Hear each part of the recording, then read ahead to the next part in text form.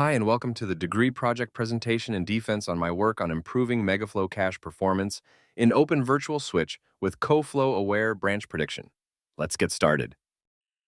Here's today's agenda. Pretty straightforward.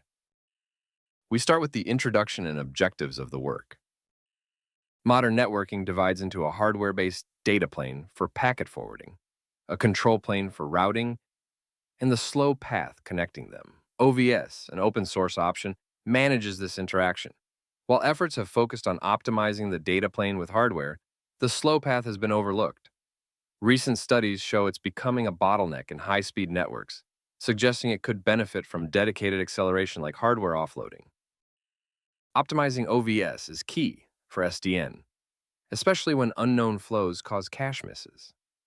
Cache misses trigger costly upcalls to the control path, where new flow rules must be added. This introduces latency, particularly in dynamic workloads.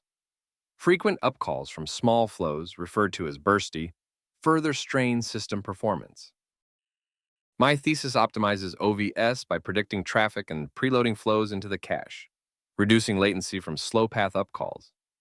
I benchmark OVS across various scenarios to identify improvements and analyze its behavior to guide future research. My research explores how much OVS cache performance can be improved using branch prediction to predict and preload flows. The first objective is to analyze the impact of preloading, while the second is to assess OVS performance across various traffic scenarios.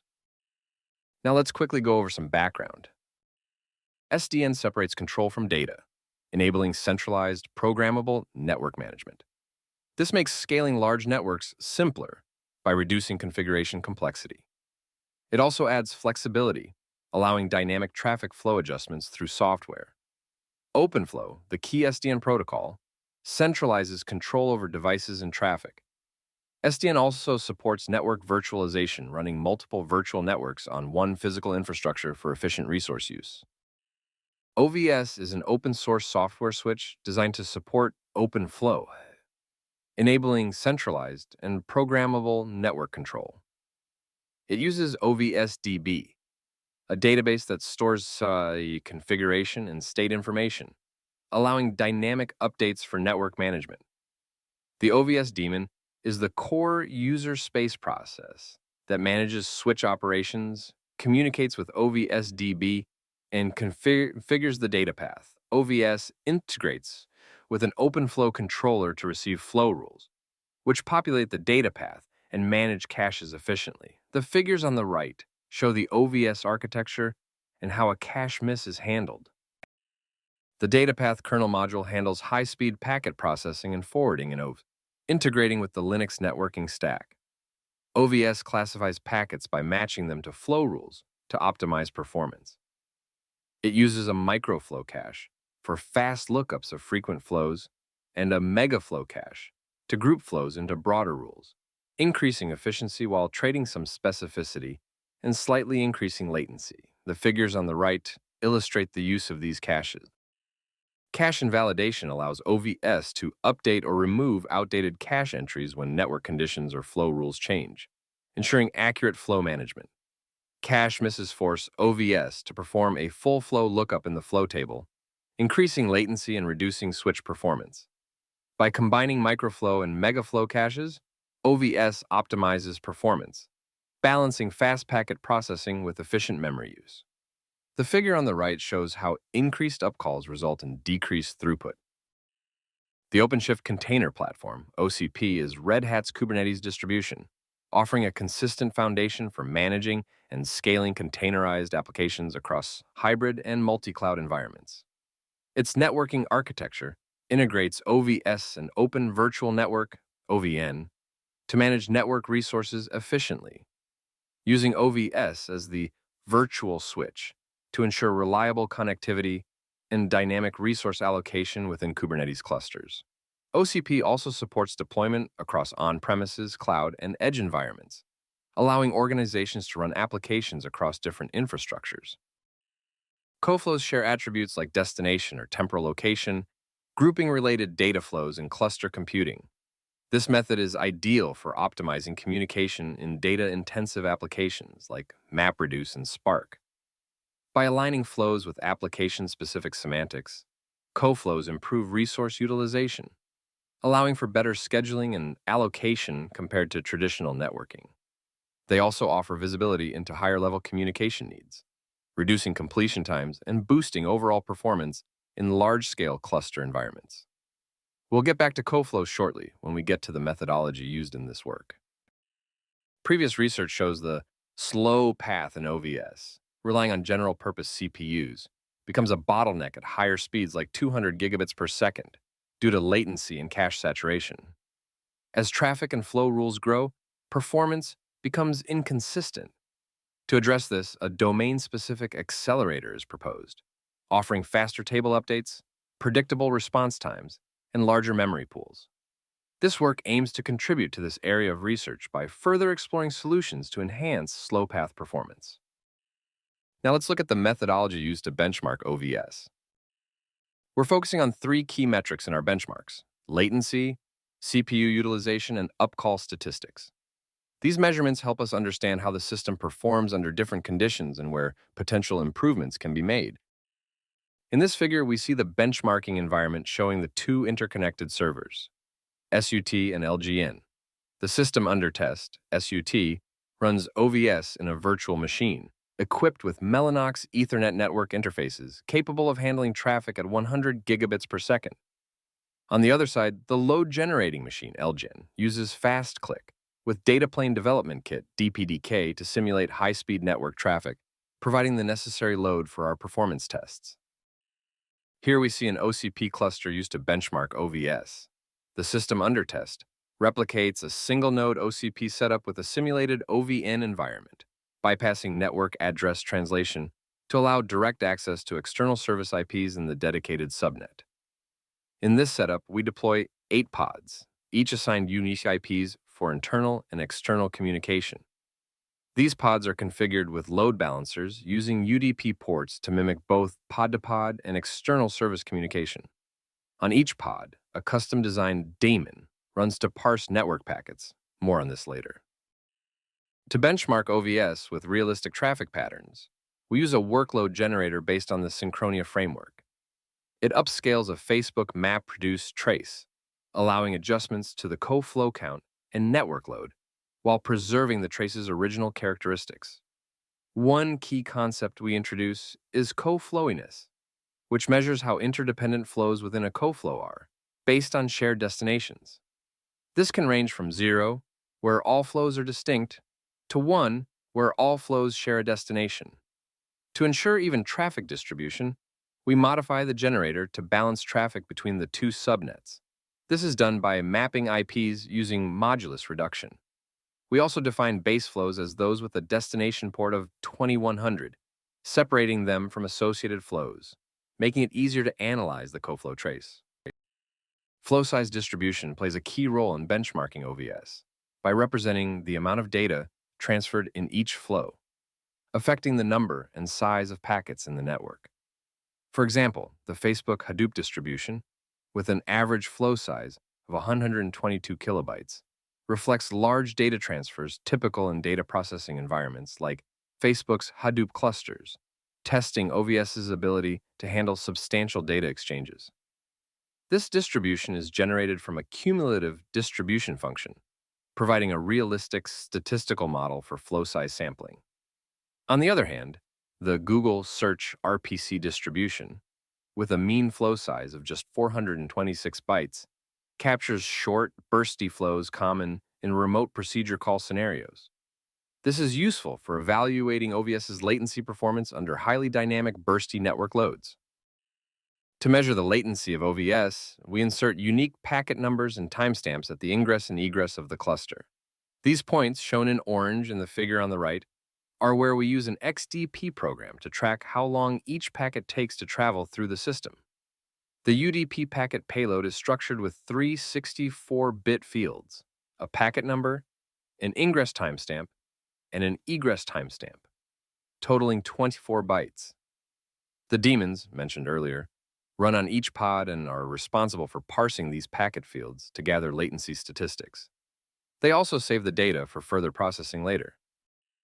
Now, let's dive into the benchmarking setup used to evaluate OVS performance. In the baseline scenario without flow prediction, we clear the datapath caches, set a flow limit of 200,000, and transmit the entire trace, collecting metrics continuously for analysis.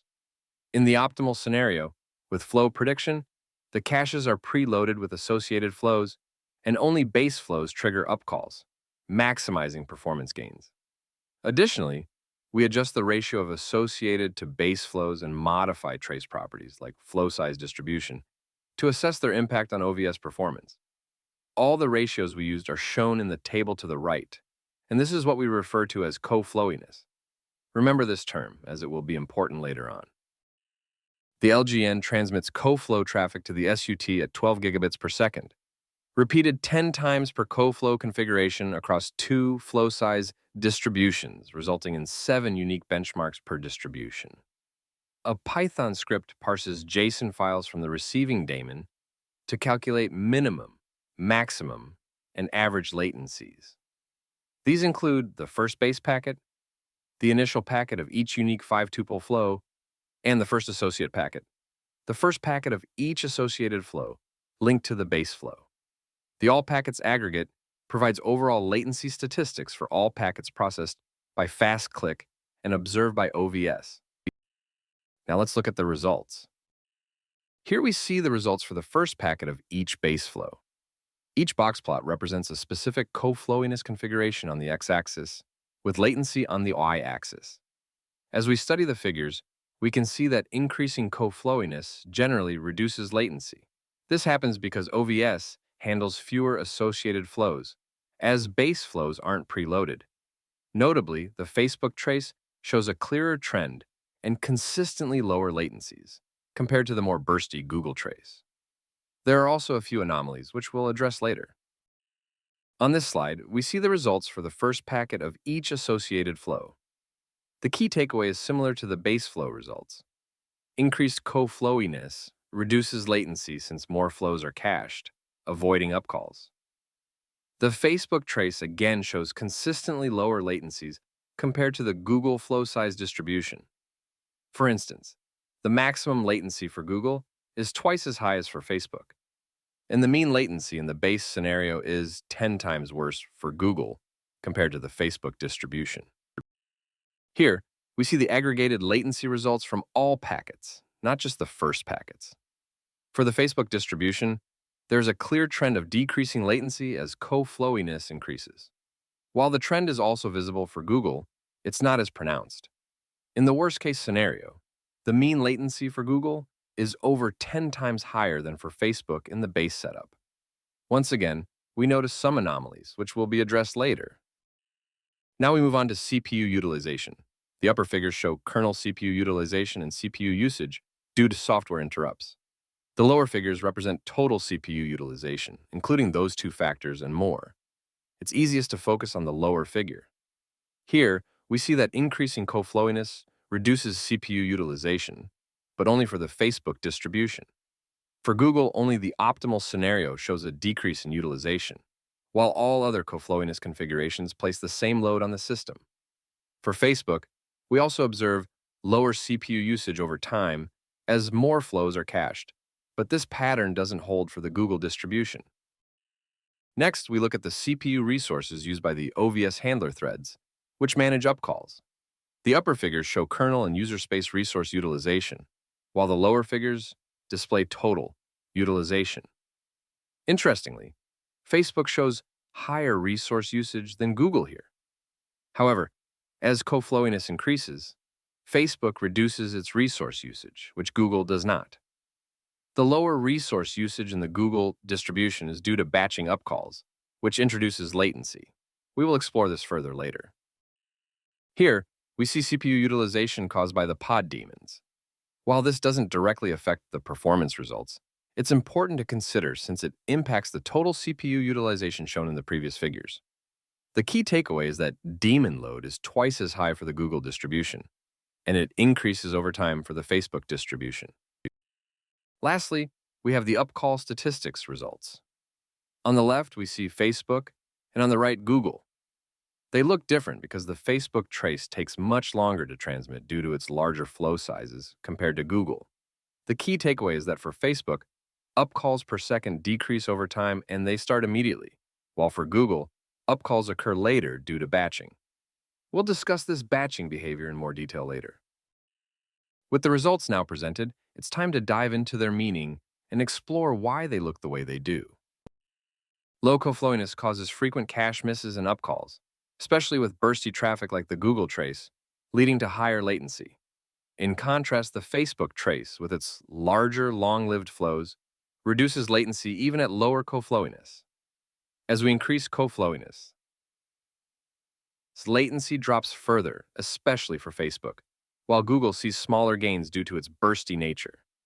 At higher coflowiness, nearly all flows are cached, minimizing upcalls and converging latency for both traces.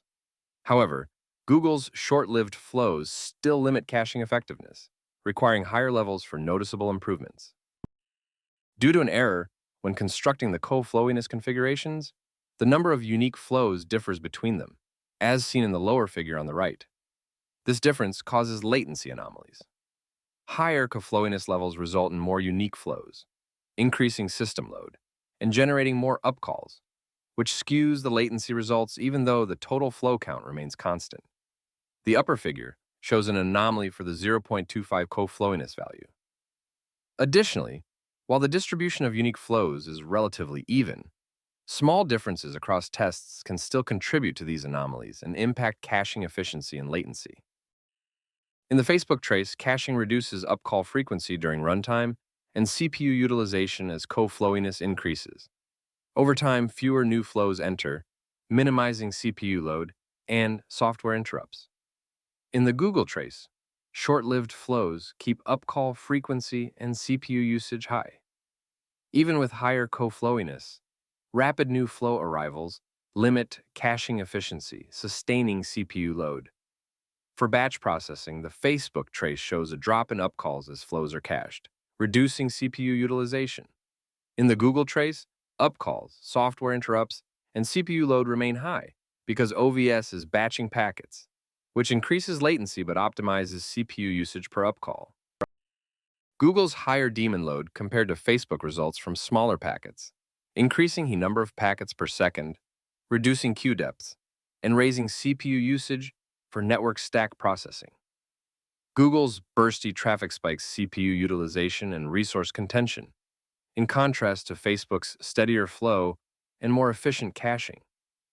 Despite similar entry rates, Google's bursty traffic leads to higher CPU demands, while Facebook's consistent flow allows for reduced batch processing and lower CPU usage.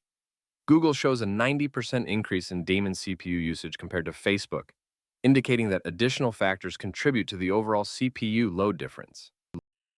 Flow rate, defined as the number of new flows per second, plays a crucial role in OVS performance, directly affecting upcall frequency and latency. High flow rates, like in the Google trace, lead to more upcalls and higher latency, unlike the slower Facebook trace. Frequent upcalls cause CPU bottlenecks, delaying flow entry installation and increasing processing load and latency. OVS upcall handling operates like a queuing system, where the flow rate must stay below the processing capacity to avoid overload. If flow rates are equal under similar conditions, latency distributions converge. The number of upcalls exceeded 200,000 observed flows, meaning multiple packets from the same flow caused upcalls before caching. With TCP, this is avoided since no additional packets are sent until the synchronized packet is acknowledged. We used UDP, but TCP behaves differently due to the synchronize and acknowledge exchange. In low latency environments or with TCP sending multiple packets before acknowledgement, this issue could worsen. Modern TCP, with larger congestion windows, sends more packets before acknowledgements, and TCP fast open allows data with the synchronized packet, potentially causing upcalls before caching. Delays in processing the first packet, especially in high bandwidth networks, can trigger upcalls from out-of-order packets if flow entries aren't yet installed.